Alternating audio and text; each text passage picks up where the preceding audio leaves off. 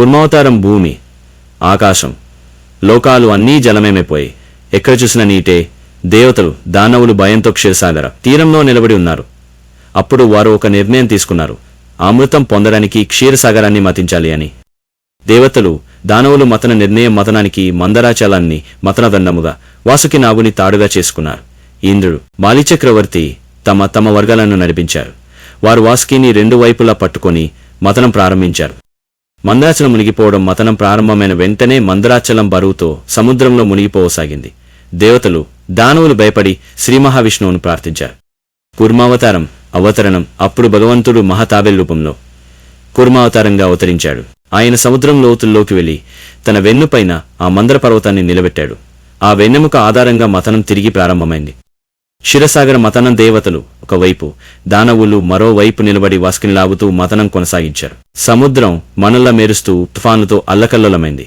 అప్పుడు మతనం నుంచి అనేక దివ్య వస్తువులు బయటపడ్డాయి. హలాహల విషం ప్రదర్శన. మొదటగా గాఢ నీలి పొగల హలహల విషం వెలువడింది. ఆ విషం నుండి లోకాలు నశించబోతున్నాయి. అప్పుడు శివుడు ప్రత్యక్షమై ఆ విషాన్ని తాగి తన కంఠంలో దాచుకున్నాడు. అందుకే ఆయనను నీలకంఠుడు అని పిలుస్తారు. దివ్య వస్తువులు వెలువడుట. తర్వాత వరుసగా కామధేను, ఉచ్చేశ్రావసు అనే దివ్యగుర్రం, కౌస్తుభమణి, చంద్రుడు, లక్ష్మీదేవి వంటి దివ్య సంపదలు వెలువడ్డాయి. ఆ క్షణంలో ఆకాశమంతా ప్రకాశంతో నిండిపోయింది. అమృత కలశం వెలువడటం. చివరగా అమృత కలశము వెలువడింది. దానిని దానవులు దొంగిలించి తీసుకుపోయారు. దేవతలు విష్ణువును ప్రార్థించగా ఆయన మోహిని అవతారంగా అద్భుత స్త్రీ రూపంలో అవతరించాడు. మోహిని అవతారం. మోహిని రూపంలో విష్ణువు తన మాయతో దానవులను మోసం చేశాడు. ఆమె అందచందాలకు ఆకర్షితులైన దానవులు అమృత కలశాన్ని ఆమె చేతికిచ్చారు.